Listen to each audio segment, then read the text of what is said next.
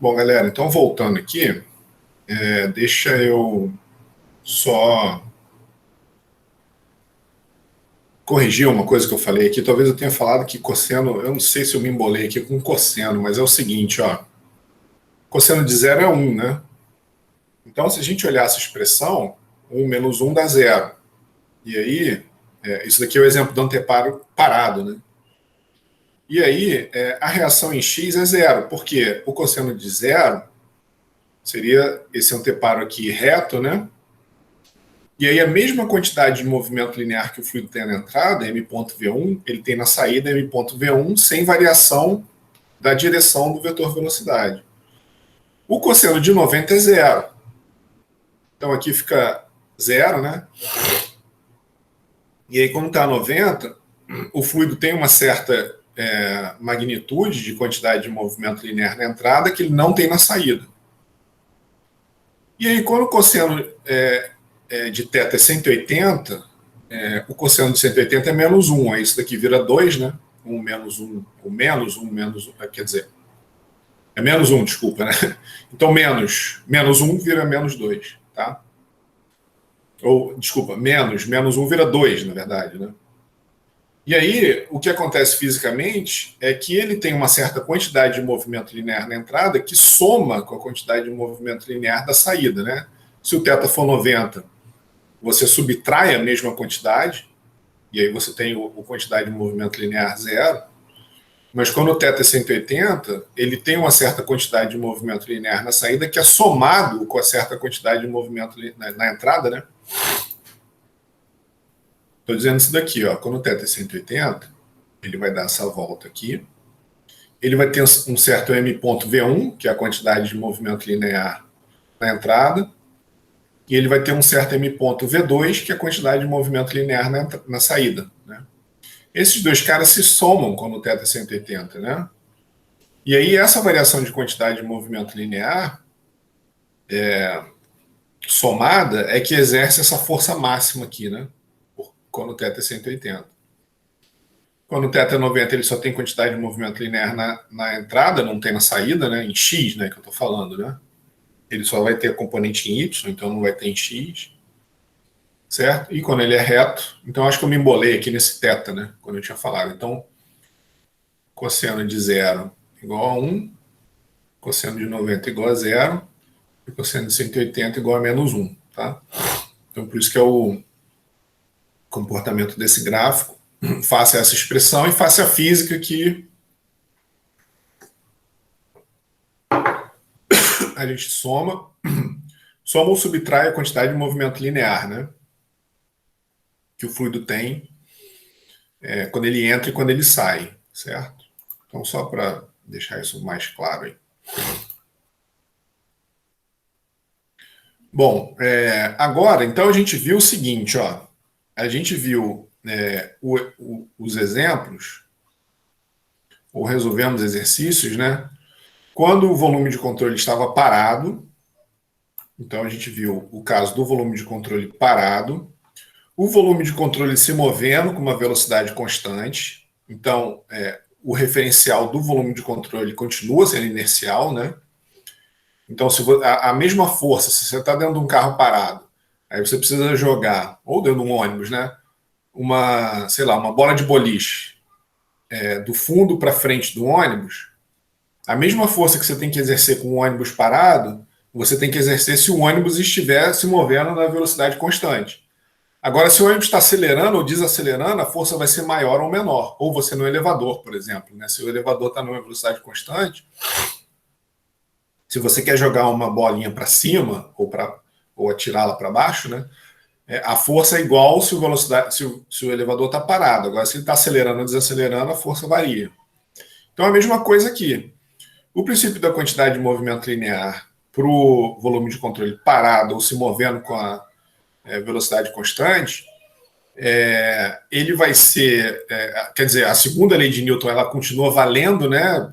Desde que, claro, agora a gente escreva, nesse caso aqui da velocidade constante, o vetor velocidade com relação ao referencial inercial.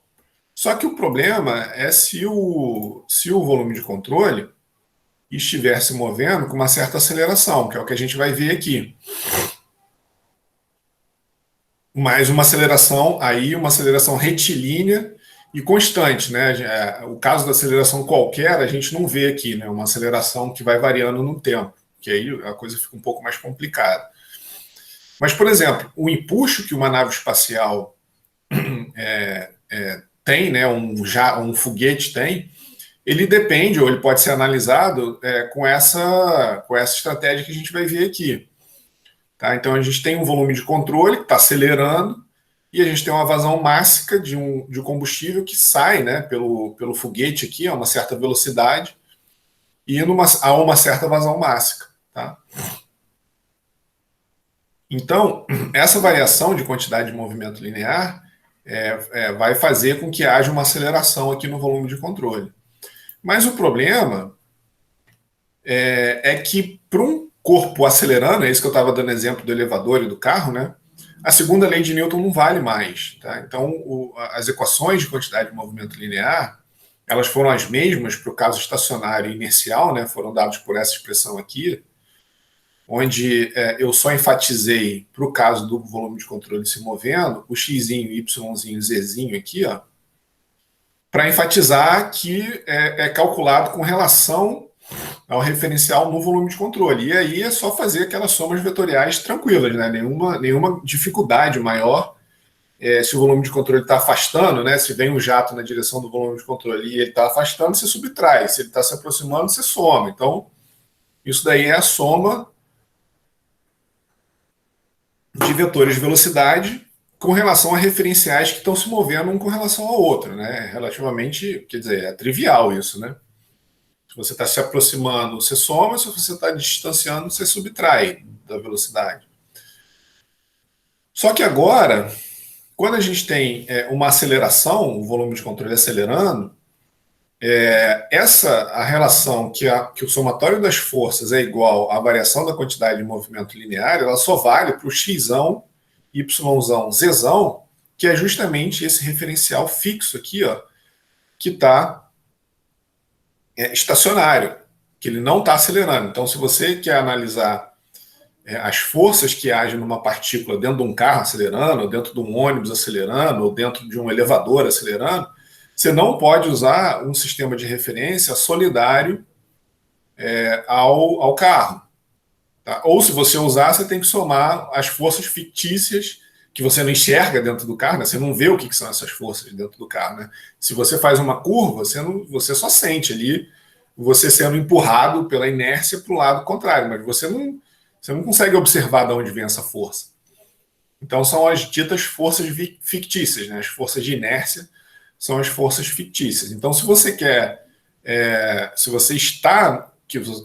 usar o referencial do volume de controle ou do seu sistema, né, que está acelerando, você tem que levar em conta essas forças fictícias. Ou então você vem para um referencial inercial e leva em conta as acelerações envolvidas no processo, sejam elas acelerações de magnitude, né, pela variação temporal da velocidade, ou seja, acelerações pela variação de direção do escoamento, né, uma curva, por exemplo. Tá? Beleza? Então é o que está dizendo aqui, ó, a quantidade de movimento linear no referencial xzão, yzão, zzão, ela vai ser diferente do xzinho, yzinho, zzinho para um referencial não inercial, que é um referencial que acelera. Tá? Então, essa relação aqui, ela só vale, né, o somatório das forças, a variação da quantidade de movimento linear, a gente sabe lá da física, né? Isso não é nem mecânica dos fluidos, isso é mecânica da física mesmo, geral, né? Ela só vale para esse referencial aqui, ó, tá? Essa relação aqui, né? Tá? Beleza? Então a gente tem que fazer uma certa. Que é tranquilo, eu vou mostrar que é bem fácil, né? A gente vai ter que fazer uma certa transformação para poder usar a segunda lei de Newton, nesse caso, tá? Então agora a gente tem que ir para o referencial xzão, yzão, zzão. Tá? Mas, na verdade, lembra que a gente quer saber a relação de força no volume de controle. Então, a gente tem que saber como relacionar a velocidade em xão, yzão, zezão, com a velocidade em xzinho, yzinho, zzinho, e a velocidade do referencial inercial. Tá? Então a gente tem que saber, agora, né, a segunda lei de Newton, ela vale para esse cara aqui, ó, né? Para a velocidade nesse termo aqui, nesse referencial aqui, tá? Que é o xão, yzão, zezão. Mas sabendo a relação entre o xão, yzão, zezão e o xzinho, yzinho, zzinho, a gente vai conseguir determinar as forças que agem no volume de controle, fazendo essas devidas relações aqui de velocidade, tá? Beleza? Bom, então se a gente sabe que a velocidade é só somar, né, essa questão das velocidades referenciais, a gente soma vetorialmente, né, cuidado que é uma soma vetorial. Para translação pura, então não tem rotação, a gente não vai estudar nenhum fenômeno de rotação aqui, né? A gente tem que aceleração, se a velocidade com relação ao referencial estacionário é a soma da velocidade do referencial inercial, né? Não inercial, desculpa, mais a velocidade que o referencial se move, então aqui, esse cara aqui, ele tem uma certa velocidade com relação à velocidade do referencial. Tá?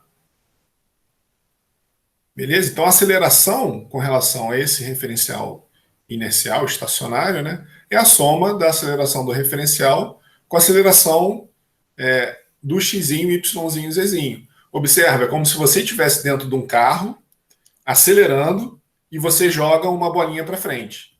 Certo? Então, esse cara aqui, o xzinho, yzinho, zzinho, seria a aceleração da sua bolinha, né? Certo? Você está num ônibus, você está lá no fundo do ônibus e joga uma bola para frente. Então, seria a aceleração da bola ou da bolinha. E isso daqui seria a aceleração do carro, né? Ou do ônibus. Aceleração do ônibus, por exemplo. Que é o seu referencial não inercial, né? Que é o seu referencial não inercial, certo? Então, a aceleração da bola que você joga de dentro do ônibus se movendo é a aceleração da bola mais a aceleração do referencial, que é o ônibus, tá? É a mesma coisa para a velocidade aqui, certo? Bom, então é isso que eu falei, né? Então tá aqui, né? O ARF, a aceleração de XYZ com relação ao o xão, yzão, zão. Tá, então, essa analogia que eu fiz, né? Aceleração, e o xzinho, yzinho, zzinho é a aceleração do sistema relativo ao sistema não inercial, né? Xzinho, yzinho, zzinho. E aqui a aceleração do sistema com relação a xão, yzão, zão, aqui é absoluto. Tá? Certo? Bom, aí a gente substitui agora. A gente lembra que para um referencial inercial, a gente pode descrever a relação, a segunda lei de Newton. Então, para o referencial, a gente pode escrever a segunda lei de Newton, mas a gente sabe que é dado por essa relação aqui, né? A quantidade de movimento linear, o P, né? É integral, escrito na forma integral, é integral do VDM, ou V rho dV, né? Também a gente poderia escrever isso daqui, se quisesse, né? Integral no volume do V, xão, yzão, zão, rho dV, tá? Tanto faz, tá? Porque o rho dV é o dm, né? E aí ele passou a derivada temporal para dentro ali, ó. Certo? Normalmente a operação de derivada integral ela é inter. A gente consegue fazer essa relação, né? Então ele passou para dentro ali e derivou a velocidade. Tá? Certo? E a velocidade, lembra, né? Agora a velocidade, a gente tem que levar em conta a velocidade do referencial também. Tá? Beleza? E a gente sabe que a derivada da velocidade é a aceleração, que é os dois termos de aceleração do nosso processo e aceleração do referencial. Tá? Então ele substituiu isso daqui, ó, aqui dentro. Tá? Beleza? Então tá aqui, ó. É o que ele fez aqui, ó. E aí substituiu ali dentro. Certo? Então o somatório das forças é a aceleração, né, do referencial, que veio justamente desse, certo? Ele, quer dizer, pegou essa derivada, jogou aqui, né, e expandiu essa integral aqui e separou, né? Separando esses dois termos aqui, ó. tá? Integral da aceleração, do referencial, mais a derivada do vetor velocidade com relação ao tempo, que vem a ser justamente o princípio da quantidade de movimento linear, ou seja, o somatório das forças é a derivada da velocidade, né? A derivada da quantidade de movimento linear, certo? Do sistema ali que a gente está analisando. Então, olha só como é que fica com relação ao referencial estacionário. Professor, não sei se é um problema pessoal, mas está travando muito. Ah, tá. Tá travando para mais alguém aí? Aqui tá normal, professor. Tá. Beleza, Catiele. Então eu vou um pouco devagar aqui. Vou voltar um pouquinho aqui, então, ó. Porque o Vitor falou que tá normal lá para ele, mas é o seguinte. Então a gente está fazendo simplesmente expandindo, né? Esse vetor velocidade aqui, né? A derivada do vetor velocidade, que a gente já viu aqui que o vetor velocidade ele é a soma da velocidade no referencial xzinho, yzinho, zzinho, com a velocidade do referencial, né? A velocidade com que o referencial está se movendo agora, né? E a aceleração é a mesma coisa, né? Isso aqui, inclusive, a gente até já fez, né? No exemplo anterior, a gente fez essa relação aqui.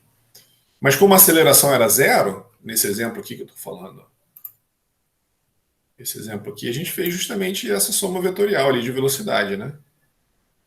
Tá? Mas a aceleração aqui era zero, então a gente não se preocupava com a aceleração. Agora, a gente tem uma aceleração que é diferente de zero e é constante, tá? E ela é retilínea, né? A gente não tem nenhum movimento de rotação, tá? Bom, aí é simplesmente expandir, né? Essa integral aqui, isso daqui é a segunda lei de Newton, somatório das forças é a variação da quantidade de movimento linear, para um referencial inercial, o referencial estacionário aqui, ó. E aí, a gente abrindo a definição de velocidade, lembra, né? Certo? Dessa definição aqui de velocidade, a gente tem a aceleração do referencial e a variação de velocidade, a variação de quantidade de movimento linear do sistema, né? Com relação a esse referencial, tá? Então a gente fica, no final das contas, com essa relação aqui entre força e variação de quantidade de movimento linear de um corpo que está acelerando dentro de um referencial que acelera. Então a gente tem que levar em conta aqui, ó, antes nos outros casos, a gente tinha essa relação direta aqui, né? Quando o referencial xzinho, yzinho, zzinho era inercial.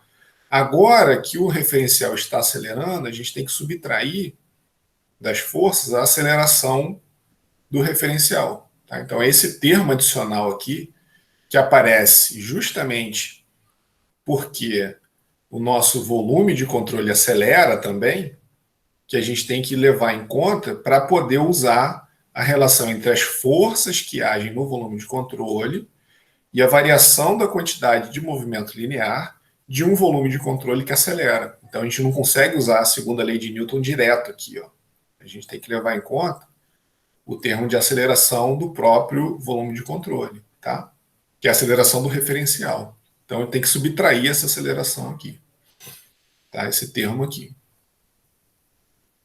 Certo? Então é mais ou menos em palavras, é isso daqui, ó. Se eu estou num referencial inercial imóvel, né, onde as leis de Newton valem, eu estou querendo analisar essas forças aqui, ó, e eu vejo um carro que acelera, estou sempre tentando fazer essa analogia, né, com mecânica dos sólidos para talvez ficar mais evidente, né, na cabeça de vocês. Mas isso aqui lembra que a gente está analisando para fluidos, né? Então isso daqui poderia ser a aceleração de um carro, por exemplo, né? E vejo uma partícula acelerando dentro dele, eu preciso somar a aceleração do carro na variação da quantidade de movimento linear do referencial não inercial, que é justamente isso daqui, né? No referencial não inercial, tá? Então, isso daqui seria justamente a variação da quantidade de movimento linear de uma partícula acelerando dentro de um carro que está acelerando. É aquilo que eu estava dando um exemplo, né? Você joga uma bola para frente, num carro acelerando ou num ônibus acelerando, então você varia a quantidade de movimento linear da bola, mas o seu referencial está também variando a aceleração. Tá? Beleza? Para calcular as forças externas exercidas na partícula, né? Então eu tenho que somar o termo de aceleração do referencial aqui. Tá? Então, nesse caso, né, que o referencial não está parado. Né? Se o referencial está parado, acabou. Isso daqui a aceleração é zero, o somatório das forças é a variação da quantidade de movimento linear do fluido. Então, esse é o momento que o ônibus ou o carro param. Né? Então, é simplesmente a variação da quantidade de movimento linear do, sei lá, da bola, ou do que quer que seja que você esteja arremessando de dentro de um referencial não inercial. Tá?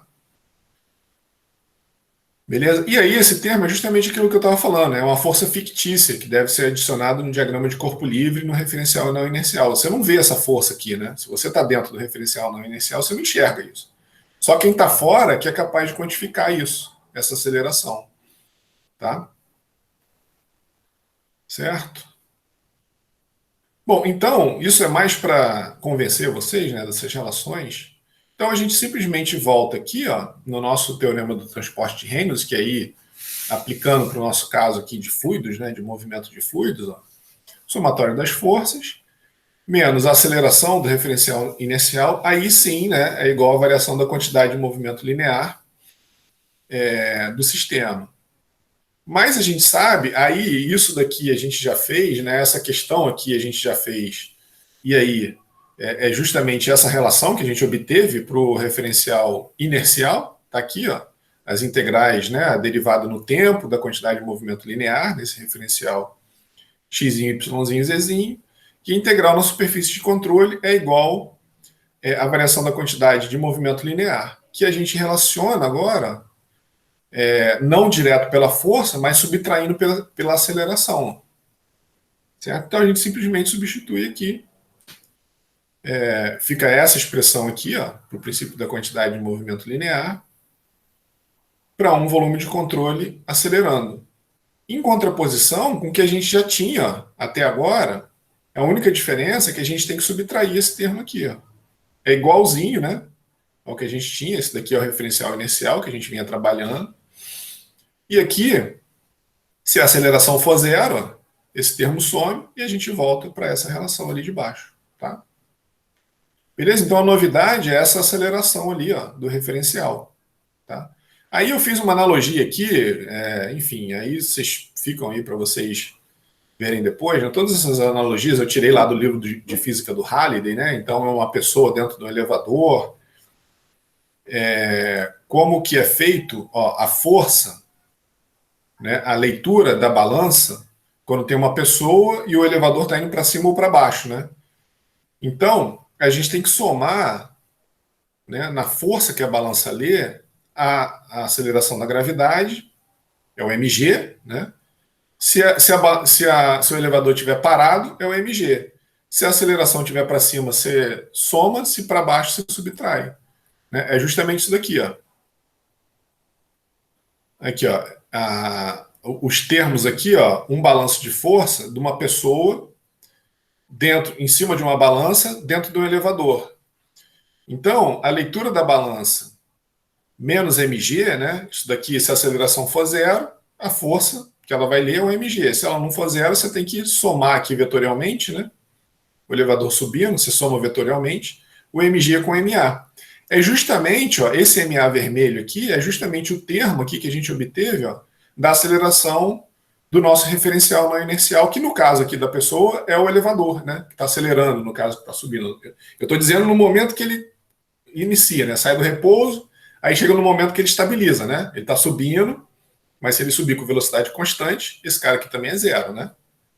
Tá? Mas no momento que ele sai do repouso, até antes dele atingir a velocidade dele constante, esse termo aqui não é zero. Tá? Para o caso de uma pessoa ali dentro, ó, esses termos aqui, por exemplo, esse termo aqui ele não vai ser zero se ela pular ali, né? Certo? Então, a variação no tempo da quantidade de movimento linear, se ele ficar parado, esse termo aqui é zero. Se ele pular, esse termo aqui não vai ser zero, certo? Ou se ele tiver uma massa na mão que ele acelera para cima, tá? Então, esse termo é a variação no tempo da velocidade. Se considerar que ele está parado ali dentro do xzinho, yzinho, zzinho, ó, tá? Esse termo vai ser zero. Nesse caso aqui, ó, se ele descer ou se ele subir, com relação ao xzinho, yzinho, zzinho, que está solidário aqui, ó, aqui a gente tem o yzinho, xzinho, né? E o xão, yzão, estaria lá embaixo ou em algum lugar parado, vendo o elevador passando. Né? E o xzinho, yzinho, está ali solidário ao elevador. E esse termo aqui de variação, o fluxo da quantidade de movimento linear, o que representaria fisicamente aqui? Ó? Se ele tivesse com algum peso na mão e soltasse. Tá? Então a gente teria massa cruzando a superfície de controle com uma certa velocidade. Se ele solta ali alguma massa na mão dele, você tira o casaco, sei lá, alguma coisa ali que saia do volume de controle com uma certa velocidade. Né? Então, no caso dessa pessoa aqui, esses dois termos são zero. Para a gente, né, esses termos aqui é o que vão fazer sentido na nossa análise de mecânica dos fluidos, porque geralmente a gente tem fluido entrando e saindo do volume de controle. Tá? Certo? Beleza, então tentei fazer essa analogia aqui para a gente ficar com uma... Isso daqui é a mecânica dos fluidos, né? Isso aqui é um caso típico de mecânica geral, né? Ou mecânica dos sólidos, sei lá. Tá? Beleza? Mas é uma analogia que é sempre possível de ser feita, né? É a mecânica newtoniana que vale para todo o corpo que tem uma certa massa que está se movendo com uma certa velocidade. E sendo que a velocidade está variando. Ou no caso de fluidos, o que pode variar é a massa, né? É a vazão mássica, no nosso caso aqui, né? Certo? Que, na verdade, não é nem a vazão mássica, mas o que varia é a magnitude do vetor velocidade vezes a vazão mássica, que é a nossa quantidade de movimento linear. Tá? A direção do vetor velocidade, ele lembra do anteparo, né? Então, você tem ali variações de magnitude, ou agora, no caso do referencial não inercial, a gente vai ver um caso transiente, que a gente vai ter uma variação do vetor velocidade também. Tá? Bom, aí um exemplo aqui, né? Um exemplo para a gente ver a aplicação desse caso aqui, né? Dessa expressão aqui, né? Como é que a gente simplifica cada termo e tudo mais. Tá? Então é o seguinte, ó, tem um foguete, está mostrado aqui, né? Com a massa inicial de 400 quilos, deve ser lançado verticalmente. Então, na ignição, no momento que ligou lá a ignição do foguete, a vazão mássica é de 5 kg por segundo. Então, assumindo que somente o combustível está saindo lá pela exaustão, é claro que sai uma mistura de ar-combustível, né? Então, enfim, isso aqui tem um monte de aproximação aqui para a gente não, também nessa etapa da vida acadêmica de vocês, a gente não ficar assim, complicando muitas coisas. Então, assuma que todo combustível, né, que tem lá de 400 quilos está sendo queimado, né, normalmente é misturado com ar, né? Você tem o combustível, o comburente, então a coisa pode ser um pouquinho mais complicada, mas vamos assumir que esse combustível é queimado na taxa de 5 kg por segundo e que a massa do foguete está diminuindo a 5 kg por segundo. Tá? Beleza?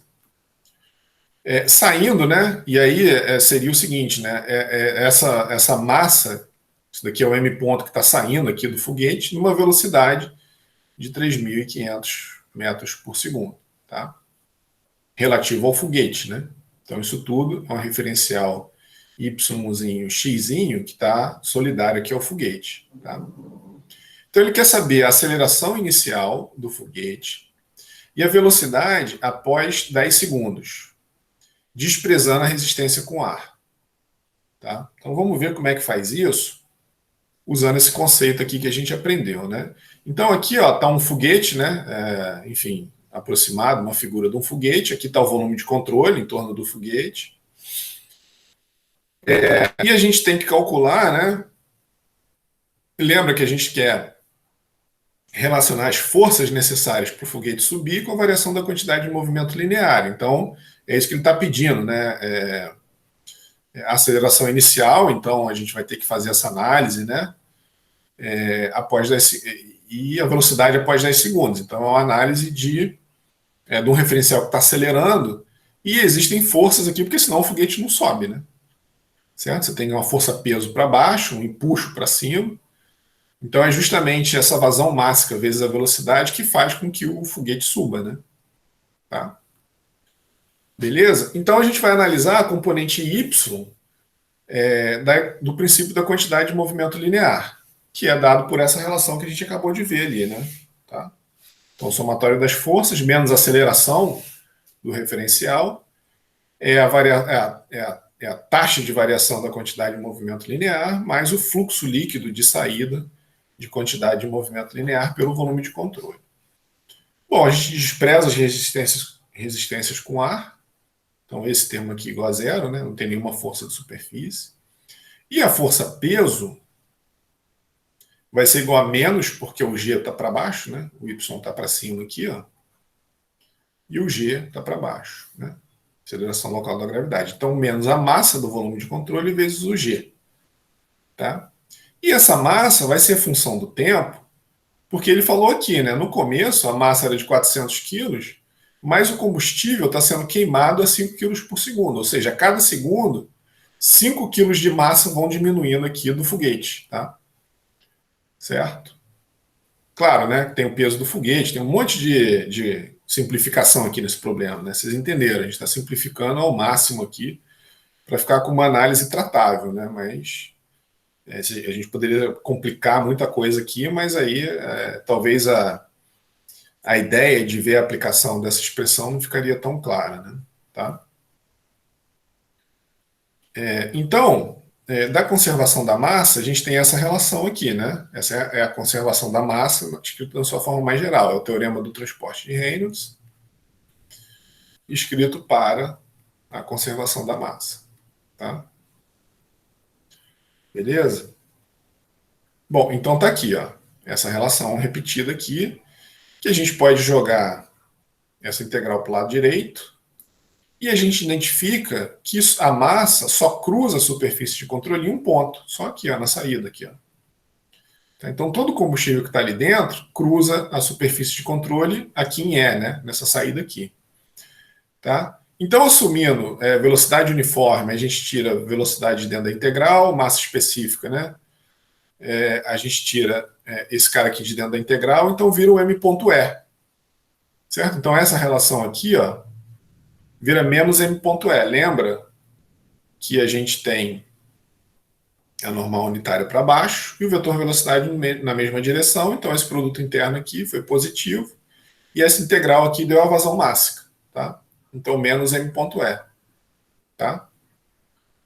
Beleza? Então a massa está diminuindo, né? Uma taxa que a gente tem que nessa taxa aqui. Então a gente tem essa relação aqui, ó. Só que o que a gente pode fazer, né? Integrando a gente, assim, aqui o que ele fez, desculpa, ele fez o seguinte, ó, jogou a massa específica para fora, eita, desculpa, jogou a massa específica aqui para fora, assumindo escoamento incompressível, né? Ou então, na verdade, ele assumiu essa integral aqui como a massa, né? A integral do ρdv deu a massa, certo? Se eu pegar a massa específica em todo ponto aqui, né? Integrar no volume, fizer essa multiplicação do ρ vezes o v integral no volume de controle, eu tenho a massa. Tá? Certo? A massa que está variando no tempo. Na verdade, ele não tirou ali de dentro da integral, porque o escoamento, ele de fato é compressível, né? Porque a massa específica está variando, né? Ele está perdendo massa à medida que está subindo, então a massa específica está variando, eu tenho um dm dt, igual a menos m.e. Tá? Então, a gente tem uma variação da massa com o tempo, igual a variação mássica que está saindo ali, né? A vazão mássica que sai pela superfície de controle.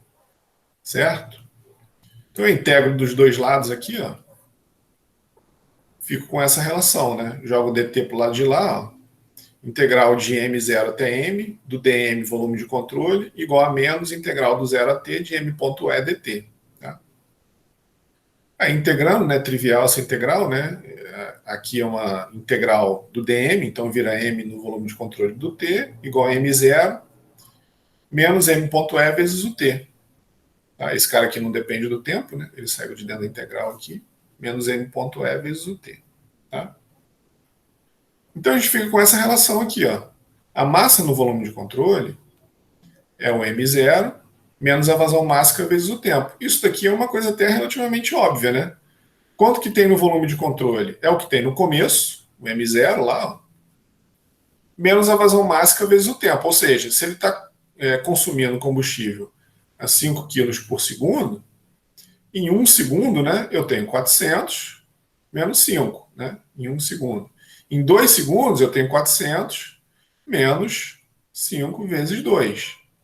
Tá? Então, 400 menos 10. Então, a cada segundo, essa massa de 400 quilos cai de m ponto, né, de 5 quilos por segundo, vezes o tempo. Então, está aqui. Ó. Isso é um gráfico aqui. Né? Então, tem a massa, olha lá, no começo, a massa de 400 quilos. E à medida que o tempo vai passando, né, até 80 segundos que ele consumiu todo o combustível. Em 80 segundos, a massa é zero. Tá? Porque todo o combustível ali, né, 80 vezes 5 dá 400, então M0 dá 400 menos 400, chegou no zero ali, tá? Beleza? E aí a força-peso, claro, né? O peso é o G, né? O mg, né? Só que o m está variando com o tempo, então o peso do foguete está também diminuindo, né? A cada segundo ele fica mais leve, tá? Porque a massa está sendo consumida. E aí, só multiplicar pelo G aqui, a gente tem a relação da vazão mássica com vazão mássica com a força-peso, tá? Beleza? Bom, então a gente tem a expressão da continuidade, né? Certo? A expressão da continuidade forneceu como a massa está variando com o tempo. Aí a gente precisa jogar isso agora dentro do teorema do transporte de Reynolds. Bom, aí a gente trabalha em cada termo, né? Trabalha nesse, depois trabalha nesse. Tá? E aqui, lembra, né, que a gente só tem a superfície de controle em 1 aqui, que a massa cruza o volume de controle. Então, esse primeiro termo aqui, ó, aceleração do volume de controle, né? Aceleração do referencial, desculpa. Então, a aceleração do referencial, né? Ela é constante, né? A gente assumiu por hipótese que a aceleração é constante, ela sai de dentro da integral. Aí fica com a integral do ρdv, e isso daqui é como a massa varia no tempo. Tá? Então, esse termo aqui, de aceleração do volume de controle, é a aceleração desse referencial, né, não inercial, vezes a massa. Tá? Então é aquela força fictícia, né, que aparece quando o carro está acelerando ou freando. Né? Então aqui o volume de controle está acelerando, então a gente tem essa aceleração dado por essa relação que a gente consegue calcular. Tá? Beleza?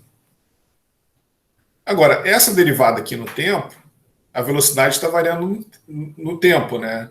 Mas a questão é que a gente assume aqui que isso é aproximadamente igual a zero, porque esse VY aqui, ó, o VE, no caso aqui, ó, ele é medido com relação ao referencial XY.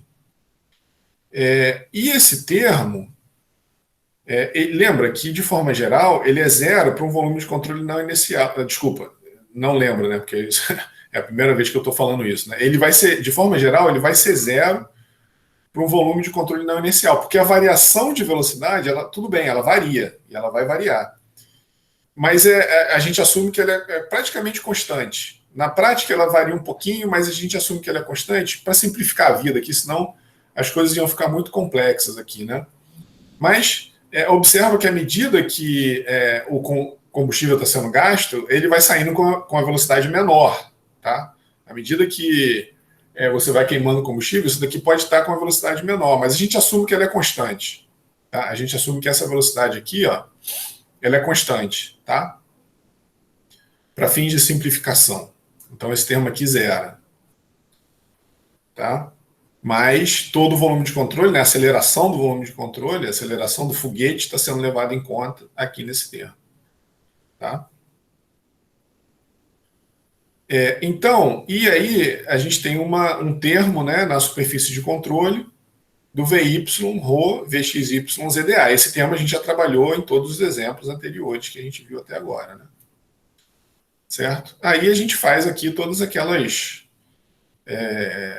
considerações que a gente fez anteriormente. Então, quem é o VY aqui? Ó? Como a gente tem o eixo Y para cima, o VY vira menos VE. Aqui, ó. É o VE aqui para baixo. Tá? É a velocidade com que o fluido está saindo ali, com que a massa está cruzando o volume de controle. E esse termo aqui é a vazão máxima. Esse termo integral aqui fornece justamente a vazão máxima. Então, M.E, ó, menos VE, M.E. Aí a gente tem todos os termos para relacionar esse cara que a gente desprezou, né? Desculpa, esse cara que a gente desprezou nada. Ele é a força de corpo. O que a gente desprezou foi a força de superfície, o atrito, né? A gente desprezou o atrito com ar. E a gente ficou com a força de corpo, que a gente conseguiu determinar anteriormente. Esse termo a gente determinou e esse termo a gente determinou agora. Aí a gente substituiu aqui, ó. Esse termo é esse cara aqui. O FBY é esse cara aqui. E essa integral é esse termo aqui. Tá? E aí, só para relacionar com o caso do elevador, ó, com somatório de força, massa vezes aceleração, e aí no caso do elevador subindo, né, a gente fica aqui tração no cabo menos mg. Se a gente quisesse analisar a tração no cabo aqui, ó, em vez de analisar o peso desse cara, se a gente quisesse analisar a tração desse cabo, ó, seria menos mg igual a ma. Certo? Então a tração no cabo, quando o elevador está subindo, a gente tem que somar, né, a aceleração do elevador com o peso do elevador, né? E aí a gente, enfim, só escrevendo essa expressão dessa forma para relacionar o caso do elevador, que é esse daqui, com o caso do foguete, que é esse aqui, ó. Então aqui a gente tem a aceleração do elevador, que aqui foi dado pela aceleração do foguete, o peso de todo o sistema aqui, né, a pessoa, o elevador e tudo mais, que foi dado aqui pelo peso do foguete aqui, ó. E no caso do elevador, a gente tem um cabo, né, tracionando ali, mas aqui, no nosso caso, quem fornece o empuxo é a variação da quantidade de movimento linear, né, o fluxo da quantidade de movimento linear pela superfície de controle. Se aqui estivesse entrando um certo M.VE, o empuxo seria zero. Mas como a gente só tem o M.VE saindo aqui, ó, não tem entrada, a gente tem esse termo que é o único que fornece o empuxo para o foguete subir. Então, quanto maior a velocidade com que o combustível sai e quanto maior a vazão máxima, maior é o empuxo para o alto ali, né? Maior será a variação da quantidade de movimento linear, mais ele vai conseguir compensar a força-peso que está agindo para baixo, né? E aí fornecer o máximo de aceleração que você precisa para subir lá o foguete, tá? Beleza? Então aí, isolando aqui o termo, né, de aceleração, a gente tem essa relação aqui que foi obtido do teorema do transporte de Reynolds. Aí a gente substituiu os valores, né? VE sobre M0 menos M.ET. Aqui já simplificando, né? Deu 3.500, 80 menos T menos G.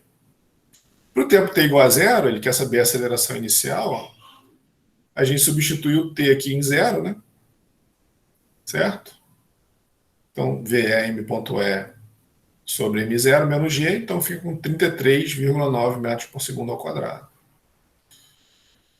Então, quanto maior a velocidade e a vazão máxima, e quanto mais leve for o foguete, maior vai ser a aceleração inicial, tá? Dado por essa relação aqui, né?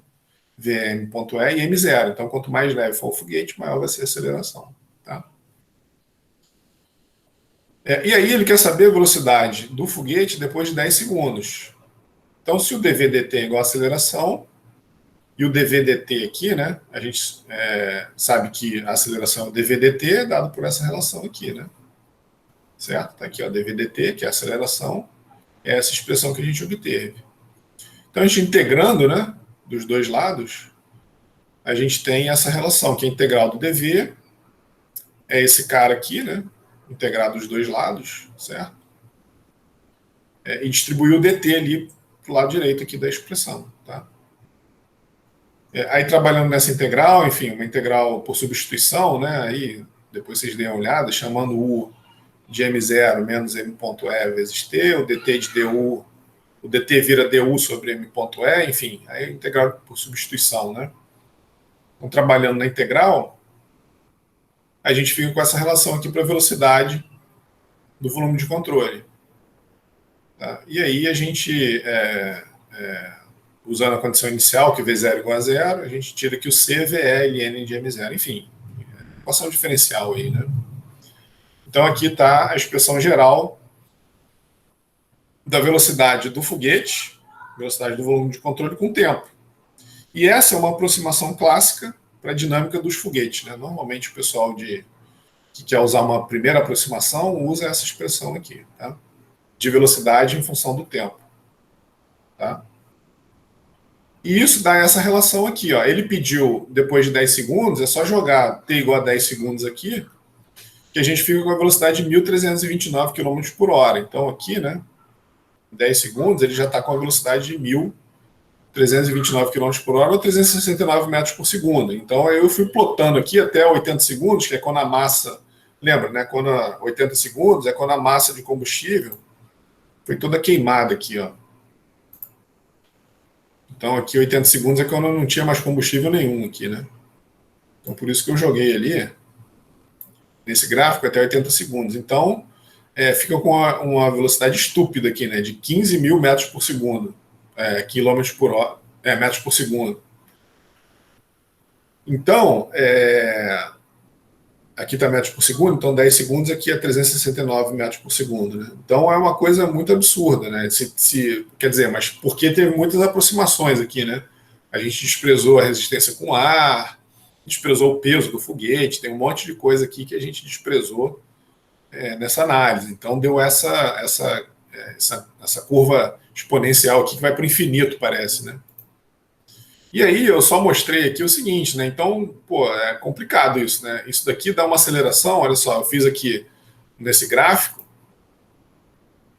a velocidade, a aceleração, né, a força G, na verdade, aqui, que esse foguete estaria exposto.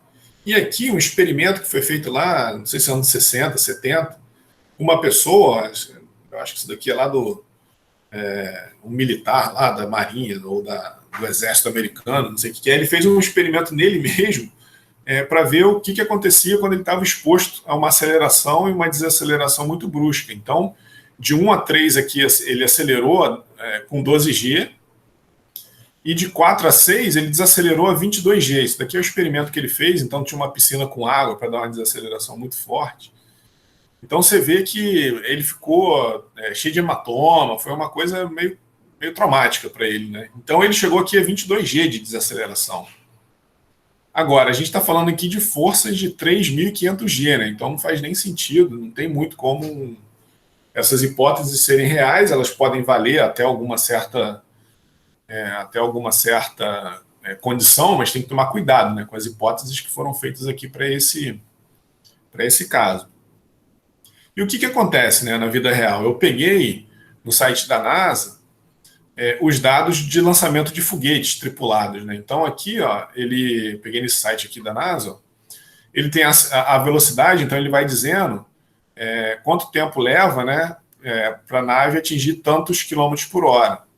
Então a coisa é mais suave. Então a força G, se a gente for olhar a força G aqui embaixo, ó, ela nunca passa muito de 10. Ó. Então, porque, claro que isso tem todo um sistema de controle, né? Uma nave espacial não deixa de ser um foguete, né? Porque ele não tem, quer dizer, a aerodinâmica dele ali não é para ele voar, né? Não é para ele ficar na vertical, é o empuxo, totalmente para ele subir, né? Então ele tem um sistema de controle dentro de uma nave espacial que é justamente para evitar isso, né? Porque senão o combustível ia queimar ali de maneira que ninguém ia nem chegar vivo, né? No espaço, tá? Beleza? Então, enfim, isso daqui é um dado real, né, de lançamento de foguete, em contraposição a essa expressão aqui aproximada, com uma série de hipóteses simplificadoras, né, que a gente fez. Tá? Certo? Essa daqui. Beleza?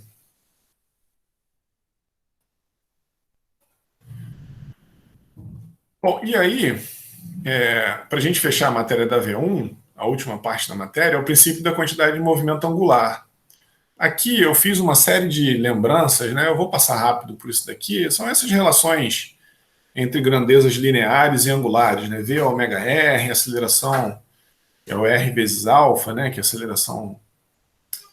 aceleração linear é o raio vezes a aceleração angular, a velocidade linear é o raio vezes a aceleração angular. Todas as relações, quando a gente tem grandezas rodando, girando, né? Então, relação entre ângulo e radiano, enfim. São essas relações que existem. E da mesma forma que a gente tem, né, a segunda lei de Newton para translação, que a força é massa vezes a aceleração, para translação, para rotação, a gente tem que o torque é a aceleração angular vezes o momento de inércia. Está aqui, ó, a segunda lei de Newton para um processo em translação, né? Certo? Então, força, no caso de rotação, desculpa, né? Para translação, força é massa vezes aceleração, para translação, torque é o momento de inércia vezes a aceleração angular. Tá? Pode entrar. Aí, depois eu vejo, não, tô dando aula aqui. Tá. Tá bom. Então, aí a gente tem aqui a segunda lei de Newton, dado para translação, da mesma forma que a gente tem a segunda, quer dizer, para rotação, né? Da mesma forma que a gente tem para rotação. E aqui uma analogia, enfim, são essas analogias, né? São todas essas grandezas, né? Da translação para a rotação, tá? E aí, só para, enfim, simplificar a vida, né? Observa que o princípio da quantidade de movimento angular, ele nada mais vai ser do que o princípio da quantidade de movimento linear aplicado a problemas envolvendo rotação. Então, a gente tem aqui, ó, somatório das forças é a variação da quantidade de movimento linear, tá vendo aqui, ó, somatório das forças, dp dt. Se eu multiplicar tudo pelo raio, por um raio, enfim, uma distância de referência, eu tenho aqui o torque, e eu tenho aqui desse lado o que a gente vai introduzir, né, o que, na verdade, vocês já sabem de física, né, que é a quantidade de movimento angular, que é o R, produto escalar, com mv. A quantidade de movimento linear é o mv. E a quantidade de movimento angular é o raio, produto vetorial, desculpa, né, com mv. Da mesma forma que o torque é o raio, produto vetorial com a força. Tá?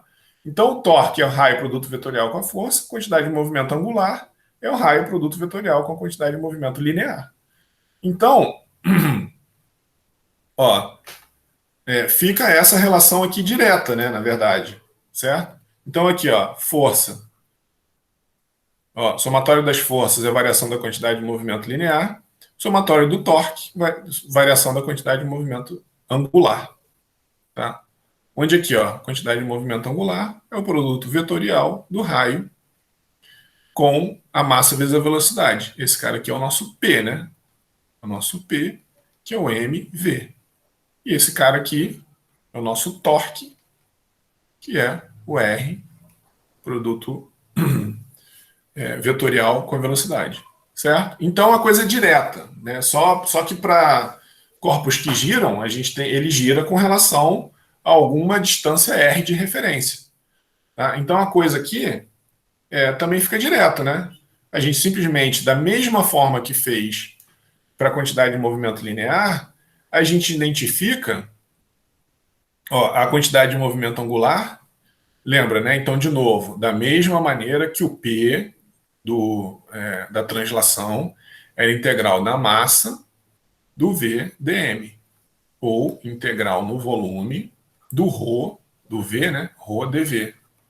Tá? E aí, se eu multiplicar isso daqui por uma velocidade, por um R, por uma distância, eu fico com o que é definido como H, que é a variação que é a quantidade de movimento angular. Isso daqui, sem o R, é a quantidade de movimento linear, e com o R eu tenho a quantidade de movimento angular, que é o H. Tá? Então eu tenho o P, que é a quantidade de movimento linear, e o H, que é a quantidade de movimento angular. Certo? E aí, no princípio da quantidade de no movimento angular, a gente só vai analisar o caso do volume de controle fixo, inercial. Tá? Então a gente tem a segunda lei de Newton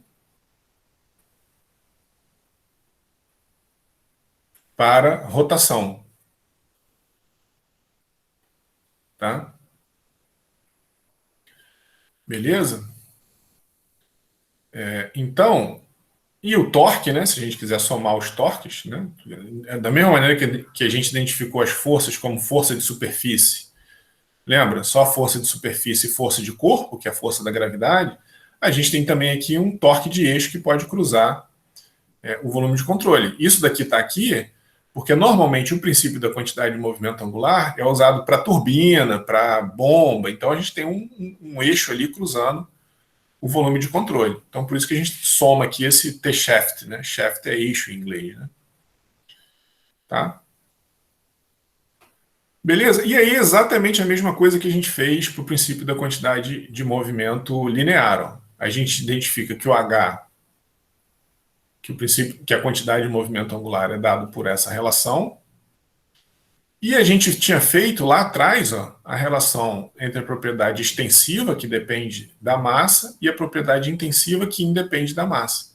Então, se a gente dividir tudo aqui pela massa, né, o que sobra do lado direito é simplesmente o raio produto vetorial com a velocidade. E do lado esquerdo o H, né, comparando esses dois caras aqui. Ó.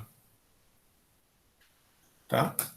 Então, usando o teorema do transporte de Reynolds, a gente fica que o dH dt, aí jogando aqui, né, é o fluxo, é a taxa de variação de quantidade de movimento angular no volume de controle, mais o fluxo líquido de quantidade de movimento angular pelo volume de controle, pela superfície de controle, né? Tá? Mas a gente sabe que o dH/dt, aqui atrás, né? Ó, o dH/dt, a variação da quantidade de movimento angular, é igual ao somatório dos torques que agem no sistema, né? Que está dado aqui. E aí a gente substitui aqui, porque no tempo t igual a zero, o sistema e o volume de controle coincidem. Então está aqui, ó. dH/dt no sistema igual ao volume de controle no tempo t igual a zero, né? Então eu tenho o torque pela força de superfície, o torque pela força de eixo, o torque pela força de corpo, o B aqui de body, né? Força de corpo, o F de superfície, e aqui um torque de eixo que pode ser um eixo de uma bomba ou eixo de uma turbina cruzando a superfície de controle. E aqui estão os termos de torque, né? Relacionando com a variação da quantidade de movimento angular do volume de controle. Tá? Beleza? Então, esse é o teorema do transporte de Reynolds para o princípio da quantidade de movimento angular. Certo? Da mesma forma que a gente fez para a conservação da massa, para a conservação da quantidade de movimento linear, agora a gente está fazendo para a conservação da quantidade de movimento angular. Para a quantidade de movimento linear, a gente fez para um referencial inercial, com velocidade zero e velocidade constante, e um referencial não inercial com aceleração constante, diferente de zero. Aqui a gente só vai fazer o volume de controle com velocidade igual a zero. A gente não vai fazer com aceleração e nem com velocidade diferente de zero, tá? Por causa do princípio da quantidade de movimento angular. Então, o que a gente tem aqui, né, a soma de todos os torques externos agindo no volume de controle é a taxa de variação da quantidade de movimento angular, mais a taxa líquida, o fluxo líquido de quantidade de movimento angular para fora da superfície de controle pela vazão mássica aqui, né? O quanto que a massa carrega de quantidade de movimento angular pela superfície de controle, tá? Então isso daqui é o nosso M ponto, né? De forma geral.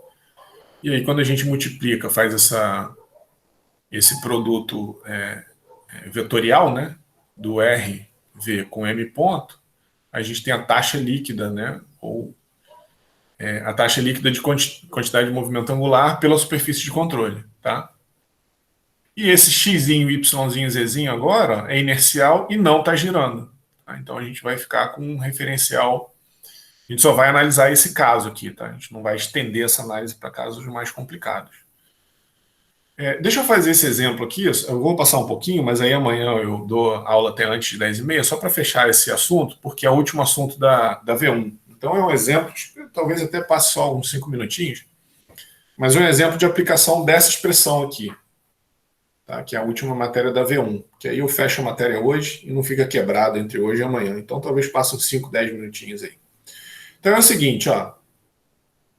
A gente tem um sistema de tubo aqui, que é simplesmente um vertical, um joelho e uma parte horizontal ali em cima, né?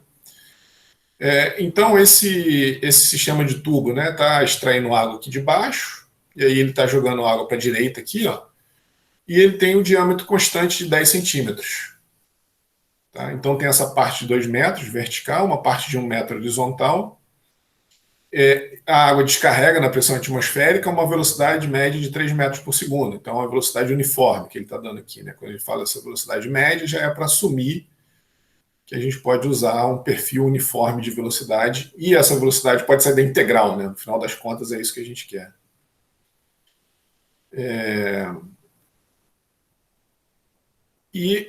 O que ele está dizendo é que nessa seção horizontal aqui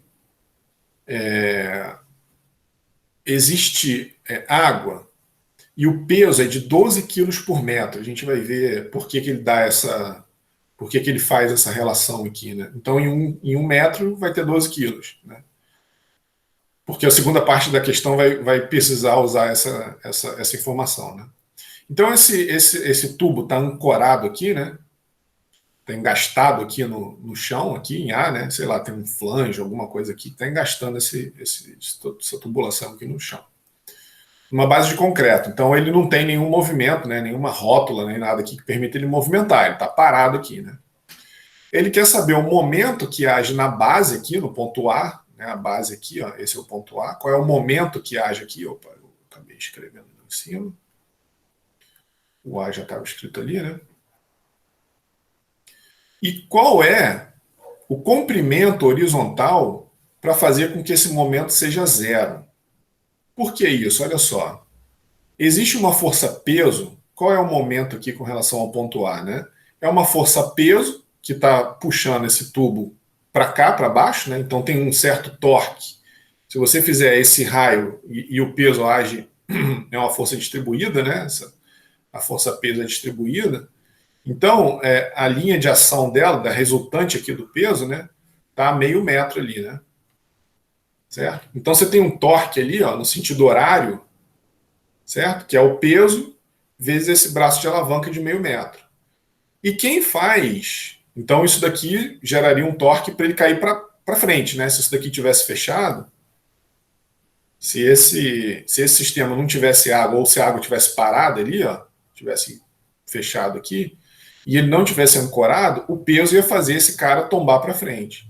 Só que quem faz ele... Qual é o torque que faz ele tombar para trás? É justamente a variação da quantidade de movimento angular que a gente vai calcular agora. Tá? Então a gente vai calcular a variação da quantidade de movimento angular que exerce um torque aqui com relação a uma certa distância. Né? A gente vai calcular isso. Então a gente tem uma guerra aqui do torque pela força-peso e a variação da quantidade de movimento angular, que aqui ó, vai tender a fazer o tubo cair para cá, né, para a esquerda, certo? Como o fluido está indo para a direita, a tendência é que esse cara vá para trás ali. Então a gente tem um torque tendendo a esse sistema cair para a direita e uma variação da quantidade de movimento angular que faz o tubo tender a ir para trás ali, tá? Para a esquerda ali no caso. Tá? Então vamos colocar em números, né? Vamos quantificar essas coisas agora. Ó. A gente quantifica isso pelo teorema do transporte de Reynolds, tá? Que é dado por essa expressão aqui, né? Teorema do transporte de Reynolds, para o princípio da quantidade de movimento angular. Por quê? A gente tem um certo ponto um certo fluido escoando, né, uma vazão mássica associada a uma velocidade, com relação a um certo raio aqui, ó, tá? Esse é o R que a gente está calculando justamente o ponto que a gente quer saber, né, a pergunta da questão. Então é o M ponto vezes o V aqui com relação a esse raio que a gente está analisando, tá? Beleza? Bom, então a gente tem que escrever o nosso volume de controle. É essa parte aqui. Tá? Então, toda a massa de fluido ali dentro, né, do tubo é o volume de controle. Então, o 1 aqui é a entrada e o 2 a saída. Né? Então, o 1 está aqui, ó, onde a massa cruza o volume de controle aqui, e o 2 está aqui, onde cruza aqui o volume de controle em 2 aqui. Tá?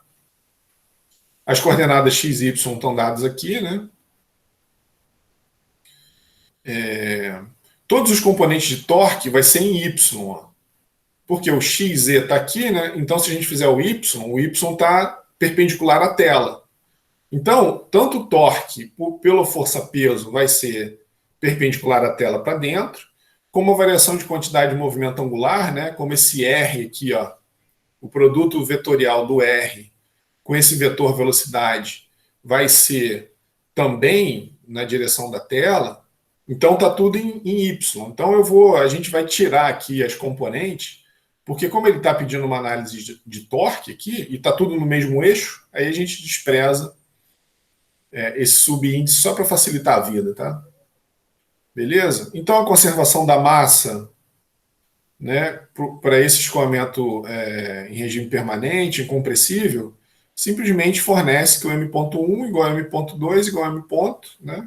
Com a área constante, V1 igual a V2 igual a V, né? Então a mesma velocidade que sai e entra aqui, então é exatamente a mesma velocidade que está escoando por todo o tubo, porque a área não varia. Então a continuidade fornece essa velocidade igual, tá? Então tá aqui, né? Ρ vezes a área da seção transversal vezes a velocidade. Então a gente tem 23,56 quilos por segundo de água passando aqui por esse sistema aqui, tá? Então, problema em regime permanente, a gente despreza, né? Esse cara aqui pode ir embora.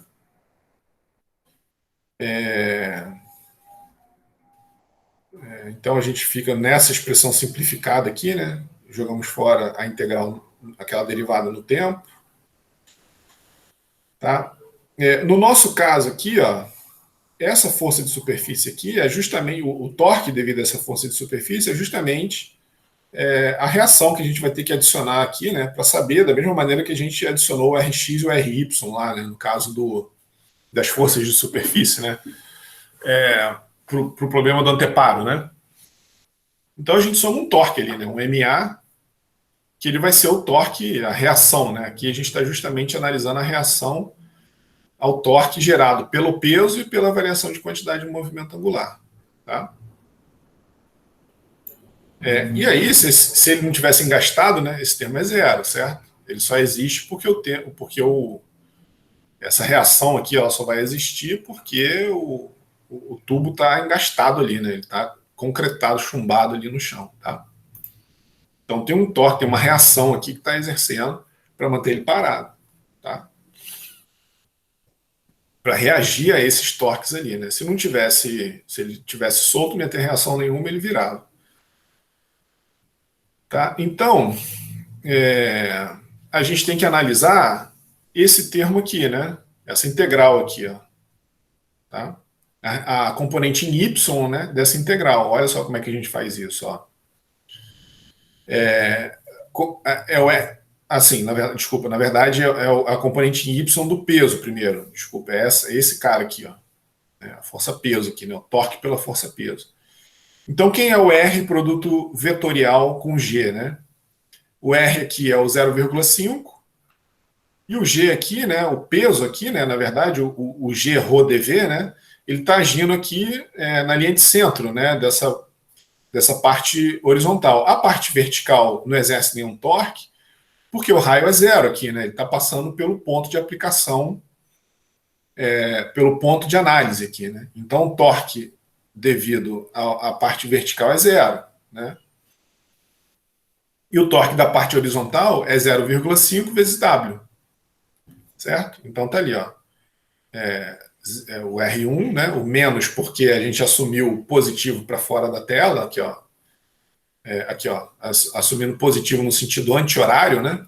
Então, positivo anti-horário para fora da tela. Se você fizer o produto vetorial desse R aqui, ó, desse 0,5 vezes o G ali, né? Então, dá no sentido horário. Então, menos R1G ρ dV. Aí, todos esses caras aqui, né, podem sair da integral lá. R1 G ρ integral do dV, que é o próprio volume, né? Que o volume aqui, o ρ dV é a massa aqui, ó. Olha só, o que ele fez aqui foi isso, ó. O ρ vezes o V aqui, ó, forneceu a massa, certo? E o que ele falou, ó? Que a massa é de 12 quilos por metro. Então, se eu tenho 1 metro aqui de tubo, lembra aqui, ó? Aqui, ó, tem 1 metro de tubo. O peso desse trecho aqui, ó, é de 12 quilos por metro vezes 1. Então dá 12 quilos. Por isso que ele botou aqui 12, tá? Aqui, ó, 12 vezes 1. É justamente a massa. Aqui é o R1 e aqui é o G. Tá? Beleza? Então, conseguimos resolver essa integral aqui, ó. Agora a gente precisa resolver essa integral aqui.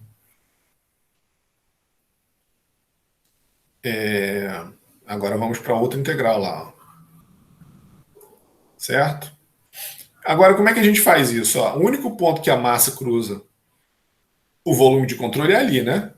Quer dizer, tem aqui, mas aqui o R é zero, certo? O V, aqui o V1 com relação ao R é zero, porque você está no próprio ponto, da mesma maneira que o peso aqui dessa porção aqui, né?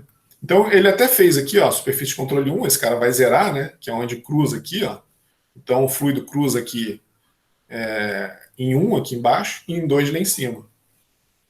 Tá? Aqui, ó, tá 1 e o 2. Então, vamos ver esses termos aqui, ó. O 1 e o 2. A gente vai ver que esse cara aqui vai ser igual a zero, ó.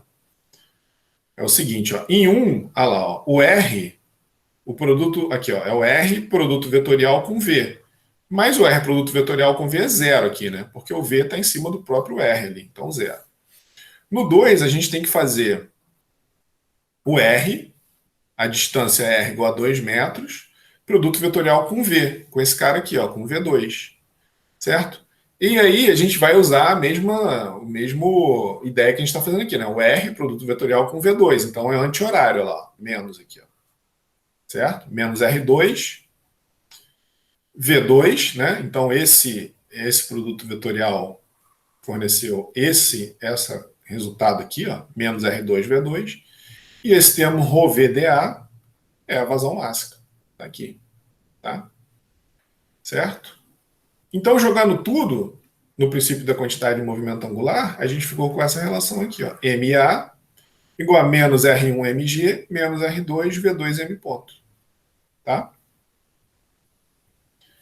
Ou seja, o momento em A é uma briga entre o momento pelo peso e o momento pela variação da quantidade de movimento angular. E quem está ganhando essa briga aqui, ó, fazendo as contas, substituindo os valores, deu menos 82,5 newtons-metro. Então, deu um torque para dentro da tela e esse... deu um torque no sentido anti-horário. Deixa eu ver aqui, era um anti-horário que era positivo, né? Positivo no anti-horário, então positivo para fora. Então a reação deu para dentro. Então, a reação ao torque é para dentro, então o torque está para fora. Certo? Vocês entenderam isso daqui, né? O MA aqui que a gente está fazendo é a reação, né? Certo? Então essa reação ele está no sentido anti-horário. Lembra que a mesma coisa quando a gente fez aqui, ó, só para esclarecer isso, ó, quando a gente fez aqui para o anteparo, ó, aqui, ó, logo no caso o primeiro caso que a gente viu lá atrás, né? Quando a gente fazia esse RX aqui, ó, a gente tinha que assumir um sinal, né? E o RX é a reação, né? A gente está calculando aqui a reação. Então, da mesma forma que o fluido aqui empurra o anteparo para a direita, você tem que reagir para a esquerda, certo? Então, quando você faz uma reação positiva, é que a sua reação a essa variação da quantidade de movimento angular, positiva é para a esquerda, né? Considerando aqui, ó, o Rx menos, ó, eu tinha considerado um Rx para a direita, ele tinha sido negativo, significa, certo? Aqui, ó. Logo no começo, ó, ele assume o Rx para a direita, então ele botou lá positivo. Ó. Aqui, ó. Rx positivo. Mas ele chegou no resultado que o Rx era negativo, ou seja, o Rx, na verdade, está para a direita. A força que o fluido exerce, né, para a direita, você tem que reagir para a esquerda, certo? Para compensar. E aí é o que ele está dizendo, a reação no volume de controle é para a esquerda. Então aqui é menos, né? Se eu botei a setinha para a direita, isso é menos, na verdade você tem que inverter essa seta. Ali foi a mesma coisa, ó. O momento, né? Deixa eu fazer, cadê onde a gente estava aqui, ó? Aqui, ó. Estava aqui, né? Então, ele assumiu, ó, o momento, olha lá, ó, no sentido, lembra, no sentido anti-horário, é positivo. Ele assumiu que o momento é positivo, certo? Que a reação aqui é positiva, né? Então, aqui, ó, da mesma maneira aqui, né, representa a reação no volume de controle do torque exercido pela variação da quantidade de movimento angular. Então, se a reação é negativa, significa que a tendência é gerar o tubo para trás, certo? No sentido anti-horário. Beleza? Então, na verdade, essa reação ela estaria para frente para compensar a tendência de virar o fluido para a esquerda. Certo? Entenderam? Essa é a convenção de sinal, né? Beleza? Então, isso é o que está acontecendo. Esse tubo ele está tendendo a cair para a esquerda aqui, ó. Né? Certo? Porque quem está ganhando é a variação da quantidade de movimento angular. Ele está tendendo a virar aqui, ó, para trás. O peso não é suficiente para compensar a variação de quantidade de movimento angular que o fluido está sofrendo entre a entrada e a saída. Tá? A quantidade de movimento angular aqui, que é esse termo aqui, está maior do que o peso. Se eu quiser fazer esse sistema ficar parado em equilíbrio, eu tenho que aumentar o peso da parte horizontal para o torque ser zero. Então, é isso que ele está perguntando aqui. Ó.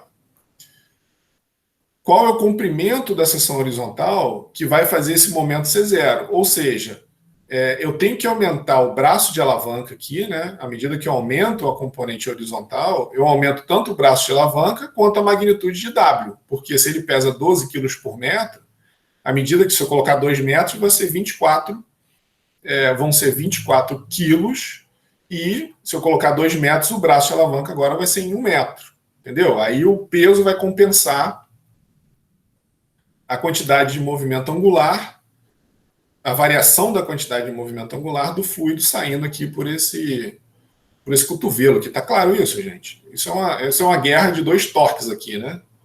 O torque pelo peso e o torque pela variação da quantidade de movimento angular. Tá? Por enquanto, quem está ganhando é a variação da quantidade de movimento angular que está mandando esse cara virar para trás, para a esquerda aqui, né? Certo? Beleza?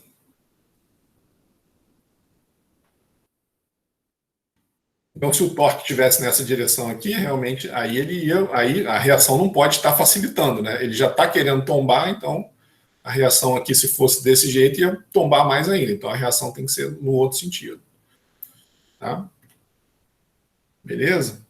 Bom, aí o que a gente faz para saber como é que a gente compensa o peso aqui? Ó?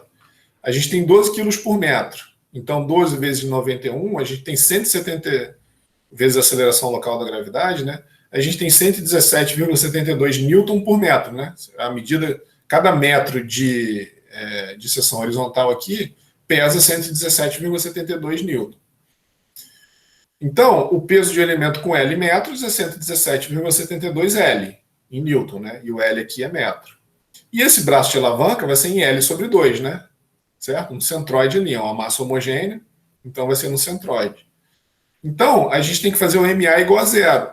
Ele quer saber o comprimento aqui para a gente não precisar, não ter torque nenhum aqui, né? Não ter nenhuma reação aqui na base aqui. Tá? Então, nesse caso genérico aqui, ó, como é que ficaria o MA? L sobre 2, né? O braço de alavanca, L sobre 2, vezes 117,2 L, menos R2 M.V2. Isso aqui não muda, porque essa distância aqui, ó, essa altura de 2 metros não varia. Então, resolvendo isso daqui igual a zero, o L é de 2,4 metros. Então, a gente tem aqui 1 metro, né? Originalmente, no problema, tinha 1 metro. Aqui, ó, tinha 1 metro. Então, o que está acontecendo? A gente tem o torque aqui desse peso, tentando tombar esse tubo para a direita, mas a gente tem a variação da quantidade de movimento angular tendendo a tombar esse tubo para a esquerda. Se a gente aumenta, quem está ganhando aqui, né, pela conta que a gente fez, esse termo aqui, de variação de quantidade de movimento angular, está vencendo desse termo aqui, que é o torque da força-peso. Se a gente aumentar esse comprimento para 2,64, né? Para 2,4, o torque pelo peso, pela força-peso, compensa o torque pela variação da quantidade de movimento angular. E aí, mesmo que não tivesse nenhuma rótula aqui, ele ia ficar paradinho ali, né? Esse tubo ligado com essa vazão máxima, com essa velocidade, ia ficar paradinho ali nessa posição. Ele não ia nem cair para a esquerda, nem cair para a direita. Ele não ia tombar para nenhum lado, porque o peso, o torque da força-peso ia ser compensado pela variação da quantidade de movimento angular aqui. Tá? Esses dois termos iam ser iguais e ele ia ficar retinho ali, parado. Certo? Entenderam essa discussão, galera? Alguma dúvida aí? Não, professor. Não entendeu? Também não, professor.